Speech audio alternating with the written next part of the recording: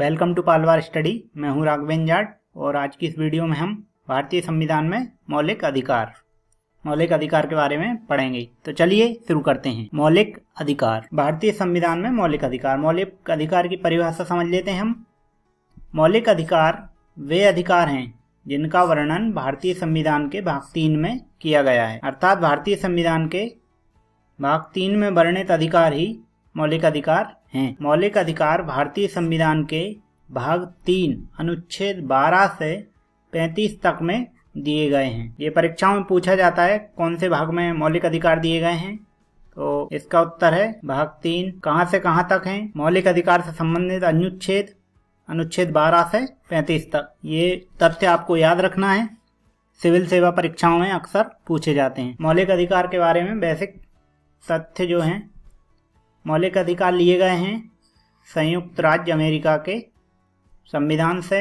मौलिक अधिकार वाद योग्य हैं, अर्थात मौलिक अधिकारों को लेकर न्यायालय जाया जा सकता है। मौलिक अधिकार राज्य पर बाध्यकारी हैं। मौलिक अधिकार व्यक्ति को राज्य के विरुद्ध संरक्षण है, क्योंकि राज्य मौलिक अधिकारों के अंतर्गत आने वाले व्यक्तियों की स्वतंत्रता का हनन नहीं कर सकता। यही है, राज्य पर बाध्यकारी हैं मौलिक अधिकार। किसी व्यक्ति को जो मौलिक अधिकार प्राप्त हैं, राज्य उनको प्राप्त स्वतंत्रता का हनन नहीं कर सकता। राज्य से तात्पर्य है केंद्र सरकार, राज्य सरकार एवं स्थानीय शासन या प्रशासन। मौलिक अधिकार भारतीय संविधान में मौलिक अधिकार 6 भागों के अंतर्गत दिए गए हैं, जिसमें समानता का अधिकार है अनुच्छेद 14 से 18 तक, स्वतंत्रता का अधिकार अनुच्छेद 19 से 22 तक, शोषण के विरुद्ध अधिकार अनुच्छेद 23 से 24, धार्मिक स्वतंत्रता का अधिकार अनुच्छेद 25 से 28, संस्कृति और शिक्षा संबंधी अधिकार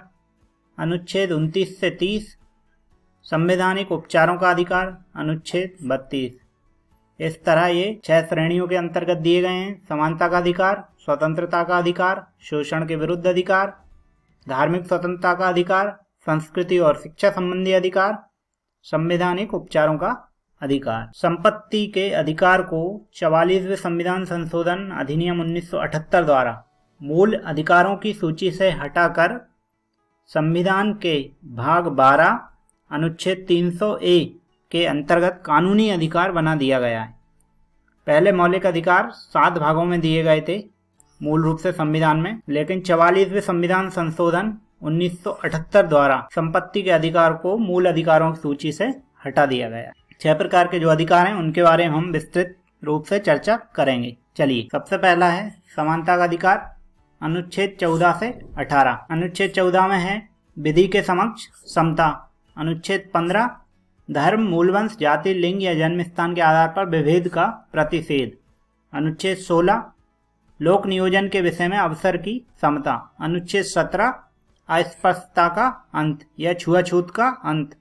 अनुच्छेद 18 उपाधियों का अंत। यह समानता का अधिकार है। इसके अंतर्गत अनुच्छेद 14 में बताया गया है कि विधि के समक्ष समता, अर्थात कोई भी व्यक्ति कानून से ऊपर नहीं होगा, कानून का ही शासन होगा। सभी के साथ कानून के हिसाब से एक समान व्यवहार किया जाएगा, इसमें कोई विभेद नहीं किया जा सकता। अनुच्छेद 15 इसके अंतर्गत राज्य किसी भी व्यक्ति के प्रति विभेद का प्रतिषेध, अर्थात राज्य किसी के साथ भेदभाव नहीं करेगा। धर्म के आधार पर, वंश के आधार पर, जाति के आधार पर, लिंग के आधार पर और जन्म स्थान के आधार पर। राज्य से तात्पर्य मैं बता चुका हूँ। राज्य से तात्पर्य है सरकार, केंद्र सरकार, राज्य सरकार एवं सरकार के अंग। अनुच्छेद 16 अर्थात नौकरियों में सबको समान अवसर मिलेगा, राज्य इसमें कोई भी भेदभाव नहीं करेगा। अनुच्छेद 17 अस्पृश्यता का अंत करता है और उसका किसी भी रूप में पालन करने का निषेध करता है, अर्थात छुआछूत के आधार पर भेदभाव नहीं किया जाएगा। अनुच्छेद 18 उपाधियों का अंत। उपाधियों के अंत करने संबंधी प्रावधान, जिसमें सैनिक तथा शैक्षणिक उपाधियों को छोड़कर राज्य किसी प्रकार की उपाधि नहीं दे सकता। उपाधि से तात्पर्य है किसी के नाम के साथ जुड़ी हुई विशिष्ट संज्ञा को उपाधि कहते हैं। अब हम इसे समझ लेते हैं। समानता का अधिकार के अंतर्गत सभी के साथ समानता का व्यवहार होगा। सार्वजनिक स्थलों जैसे दुकान, होटल, मनोरंजन स्थल, कुआं, स्नान घाट और पूजा स्थलों में समानता के आधार पर प्रवेश देता है। यह अधिकार केवल धर्म, मूलवंश, जाति, लिंग, जन्म स्थान के या इनमें से किसी भी आधार पर कोई भी भेदभाव नहीं हो सकता। छुआछूत की प्रथा असमानता का सबसे भद्दा रूप है। समता के अधिकार के द्वारा इसे समाप्त कर दिया गया है। उपाधि ग्रहण करने पर रोक है, केवल सेना और शिक्षा के क्षेत्र में गौरवपूर्ण उपलब्धि प्राप्त करने को छोड़कर। अनुच्छेद 16(4) इस अनुच्छेद की कोई बात राज्य को पिछड़े हुए नागरिकों के किसी वर्ग के पक्ष में जिनका प्रतिनिधित्व राज्य की राय में राज्य के अधीन सेवाओं में पर्याप्त नहीं है, नियुक्तियों या पदों के आरक्षण का प्रावधान करने से नहीं रोकेगी। अर्थात अनुच्छेद 16(4) जो है वो आरक्षण की नीति को मान्यता देता है। अवसर की समानता का अर्थ है कि समाज के सभी वर्गों को समान अवसर मिले, लेकिन जब समाज में अनेक सामाजिक विषमताएं व्याप्त हों तो वहां समान अवसरों का क्या मतलब हो सकता है। इसलिए अनुच्छेद 16(4) के द्वारा आरक्षण की नीति लाई गई है। समानता के अधिकार के उल्लंघन के रूप में नहीं देखा जा सकता इस प्रावधान को, और अवसर की समानता को पूरा करने के लिए जरूरी है। दूसरा है हमारा स्वतंत्रता का अधिकार। यह अधिकार अनुच्छेद 19 से 22 तक में दिया गया है।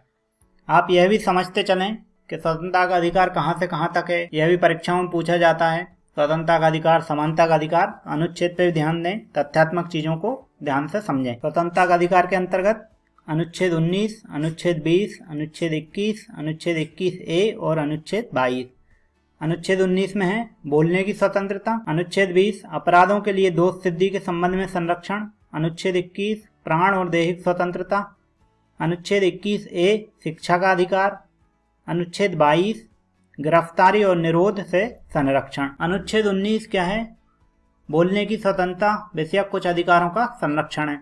अनुच्छेद 19 के अंतर्गत 6 प्रकार की स्वतंत्रताएं। अभिव्यक्ति अर्थात बोलने की स्वतंत्रता, सभा करने की स्वतंत्रता, संस्था बनाने की स्वतंत्रता, आवागमन या आने जाने की स्वतंत्रता, भारत में कहीं भी बसने और रहने की स्वतंत्रता, आजीविका या कारोबार करने की स्वतंत्रता। ये बहुत ही महत्वपूर्ण अनुच्छेद है, आप देखते चलें। अनुच्छेद 20 है अपराधों के लिए दोष सिद्धि के संबंध में संरक्षण, अर्थात किसी के भी विरुद्ध अवैधानिक ढंग से किसी को भी दंडित नहीं किया जा सकता। प्राण और दैहिक स्वतंत्रता। अनुच्छेद 21 कहता है किसी भी व्यक्ति को अपने प्राण एवं दैहिक स्वतंत्रता से कानून द्वारा निर्धारित प्रक्रियाओं के अतिरिक्त वंचित नहीं किया जा सकता। अनुच्छेद 21 है शिक्षा का अधिकार। 6 वर्ष से लेकर 14 वर्ष तक के बच्चों के लिए शिक्षा का अधिकार एक मौलिक अधिकार है, जिसमें शिक्षा की व्यवस्था राज्य करेगा। यह राज्य की या सरकार की जिम्मेवारी है कि वह 6 से 14 वर्ष तक के बच्चों के लिए निःशुल्क शिक्षा प्रदान करे। अनुच्छेद 21 है इसे भारतीय संविधान में 86वें संविधान संशोधन 2002 के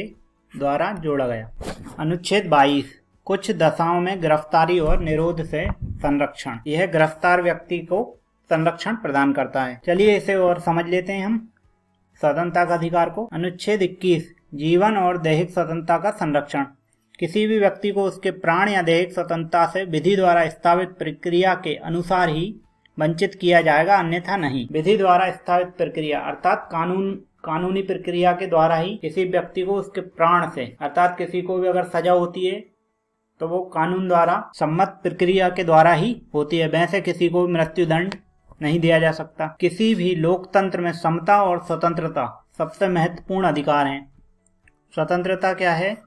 बिना किसी अन्य की स्वतंत्रता को नुकसान पहुंचाए और बिना कानून व्यवस्था को ठेस पहुंचाए प्रत्येक व्यक्ति अपनी अपनी स्वतंत्रता का आनंद ले सके या ले सकता है, यही स्वतंत्रता है। किसी भी नागरिक को कानून द्वारा निर्धारित प्रक्रिया का पालन किए बिना उसके जीवन और व्यक्तिगत स्वतंत्रता से वंचित नहीं किया जा सकता। इसका अर्थ है कि किसी भी व्यक्ति को बिना कारण बताए गिरफ्तार नहीं किया जा सकता। अगर पुलिस भी किसी को गिरफ्तार करने आए तो उसे कारण बताना होगा पुलिस को, ऐसे किसी व्यक्ति को गिरफ्तार नहीं कर सकती। गिरफ्तार किए जाने पर उस व्यक्ति को अपने पसंदीदा वकील के माध्यम से अपना बचाव करने का अधिकार है। इसके अलावा पुलिस द्वारा यह आवश्यक है कि वह अभियुक्त या गिरफ्तार व्यक्ति को 24 घंटे के अंदर निकटतम मजिस्ट्रेट के सामने पेश करे। यह सभी अनुच्छेद 22 में दिया गया है, जिसके अंतर्गत ये सारी प्रक्रिया है। गिरफ्तारी से संबंधित मजिस्ट्रेट ही इस बात का निर्णय करेगा कि गिरफ्तारी उचित है या नहीं। सर्वोच्च न्यायालय के निर्णय के अनुसार इसमें शोषण से मुक्त और मानवीय गरिमा से पूर्ण जीवन जीने का अधिकार अंतर्निहित है। अन्य स्वतंत्रताएं क्या हैं? अधिकार निरंकुश नहीं है। इनमें से प्रत्येक के प्रयोग पर सरकार कुछ प्रतिबंध लगा सकती है।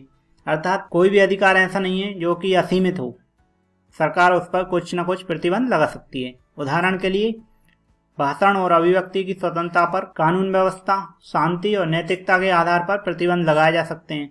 सभा या सम्मेलन किया जा सकता है बिना हथियारों के, शांतिपूर्वक तथा बिना हथियारों के। संविधान सभा में कुछ सदस्यों ने अधिकारों को प्रतिबंधित करने पर अपना असंतोष जताया था। आरोपी या अभियुक्त के अधिकार, ये क्या है? जब तक न्यायालय किसी व्यक्ति को किसी अपराध का दोषी नहीं ठहराता तब तक उसे दोषी नहीं माना जा सकता। किसी अपराध के आरोपी को स्वयं को बचाने का समुचित अवसर मिले, यह भी अधिकार है। न्यायालय में निष्पक्ष मुकदमे के लिए संविधान 3 अधिकारों की व्यवस्था करता है, जिसमें से किसी भी व्यक्ति को एक ही अपराध के लिए एक बार से ज़्यादा सजा नहीं मिलेगी। दूसरा है, कोई भी कानून किसी भी ऐसे कार्य को जो उक्त कानून के लागू होने से पहले किया गया हो अपराध घोषित नहीं कर सकता। अर्थात कोई भी कानून अगर बनाया गया है, अपराध पहले हुआ है और बाद में कानून बनता है, तो उस कानून के हिसाब से उस पर कार्रवाई नहीं की जा सकती। तीसरा है, किसी भी व्यक्ति को स्वयं अपने विरुद्ध साक्ष्य देने के लिए नहीं कहा जा सकेगा। ये सभी किसी भी आरोपी या अभियुक्त व्यक्ति के लिए ये संरक्षण प्राप्त है या यह अधिकार प्राप्त है। तीसरा अधिकार है हमारा शोषण के विरुद्ध अधिकार, अनुच्छेद 23 और अनुच्छेद 24 के अंतर्गत दिया गया है। ये बहुत ही महत्वपूर्ण अधिकार हैं दोनों। अनुच्छेद 23 मानव के दुर्व्यापार और बलात्श्रम का प्रतिषेध। अनुच्छेद 24 कारखानों आदि में बालकों के नियोजन पर प्रतिषेध। अनुच्छेद 23 जो है मनुष्य के क्रय विक्रय को वर्जित ठहराता है और बेगार और इसी प्रकार की बलात्श्रम को अपराध घोषित करता है। और अनुच्छेद 24 जो है बाल श्रम को या चाइल्ड लेबर को अवैधानिक घोषित करता है। इसी अनुच्छेद के अनुसार 14 वर्ष से कम के बच्चों से काम नहीं लिया जा सकता। कारखानों और खतरनाक जगहों पर काम नहीं लिया जा सकता। शोषण के विरुद्ध अधिकार, बंधुआ मजदूरी अपराध घोषित कर दिया गया है। बेगार या बंधुआ मजदूरी, संविधान के अनुसार 14 वर्ष से कम उम्र के बच्चों को किसी कारखाने, खदान या किसी अन्य खतरनाक काम में नियोजित नहीं किया जाएगा। इस प्रकार बाल श्रम को अवैध बनाकर शिक्षा को बच्चों का मौलिक अधिकार बनाकर शोषण के विरुद्ध संवैधानिक अधिकार को अर्थपूर्ण बनाया गया है। अब आते हैं हम धार्मिक स्वतंत्रता पर। चौथा अधिकार है धार्मिक स्वतंत्रता का अधिकार, जिसका उल्लेख भारतीय संविधान के अनुच्छेद 25 से 28 के अंतर्गत किया गया है। धार्मिक स्वतंत्रता का अधिकार, अनुच्छेद 25, अनुच्छेद 26, अनुच्छेद 27 और अनुच्छेद 28। अनुच्छेद 25 कहता है अंतःकरण की और धर्म को अबाध रूप से मानने, आचरण करने और प्रचार करने की स्वतंत्रता। अनुच्छेद 26 कहता है धार्मिक कार्यों के प्रबंध की स्वतंत्रता। अनुच्छेद 27 कहता है किसी विशिष्ट धर्म की अभिवृद्धि के लिए करों के संदाय के बारे में स्वतंत्रता। अनुच्छेद 28 कुछ शिक्षा संस्थाओं में धार्मिक शिक्षा या धार्मिक उपासना में उपस्थित होने के बारे में स्वतंत्रता। चलिए इसे आगे और समझ लेते हैं। संविधान के अनुसार प्रत्येक व्यक्ति को अपनी पसंद के धर्म का पालन करने का अधिकार है।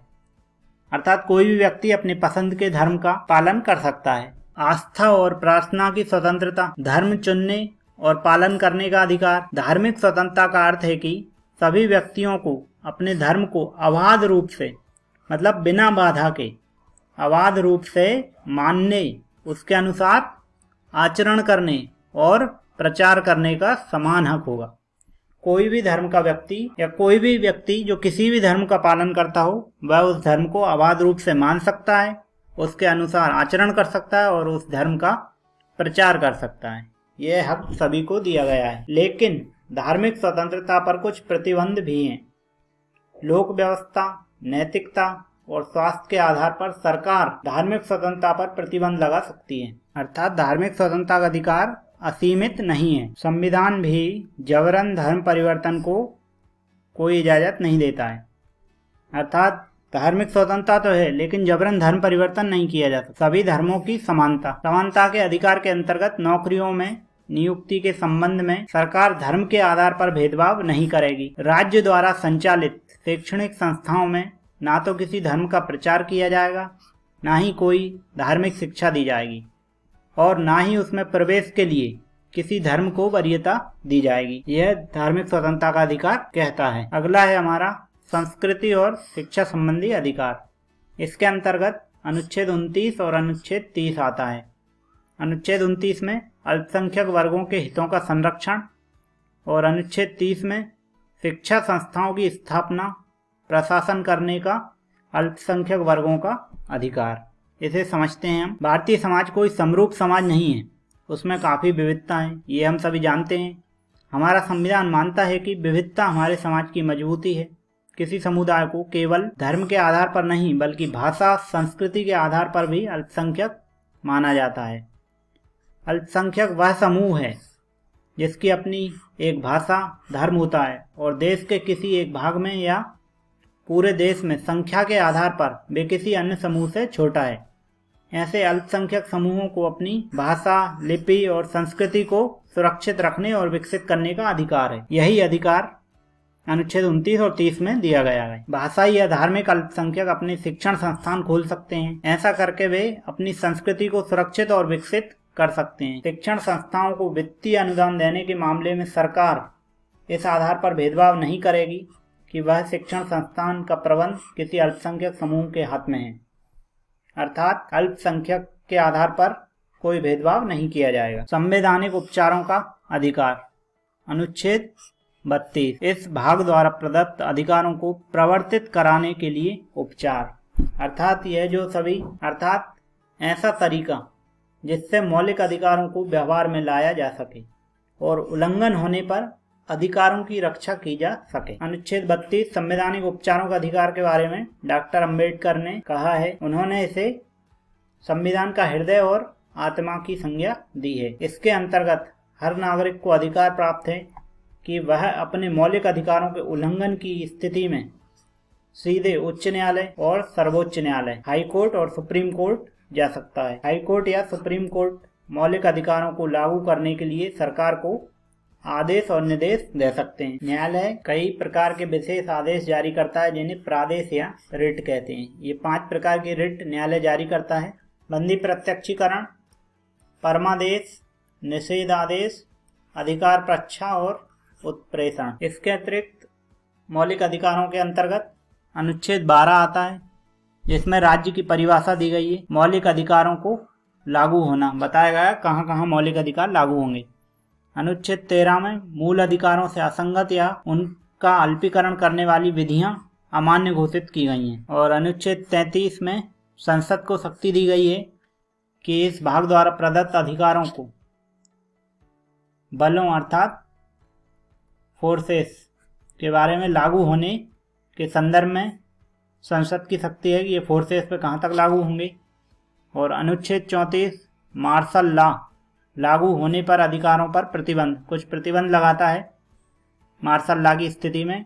और अनुच्छेद 35 है मूल अधिकारों को प्रभावी बनाने के लिए संसद द्वारा कानून बनाने की शक्ति, अर्थात अनुच्छेद 35 के अंतर्गत संसद मूल अधिकारों को प्रभावी बनाने के लिए कानून बना सकती है। इसके साथ ही मौलिक अधिकारों का चैप्टर समाप्त हुआ। वीडियो देखने के लिए आपका बहुत बहुत धन्यवाद। वीडियो को अपने दोस्तों के साथ शेयर करें, चैनल को सब्सक्राइब करना न भूलें। Thank you for watching.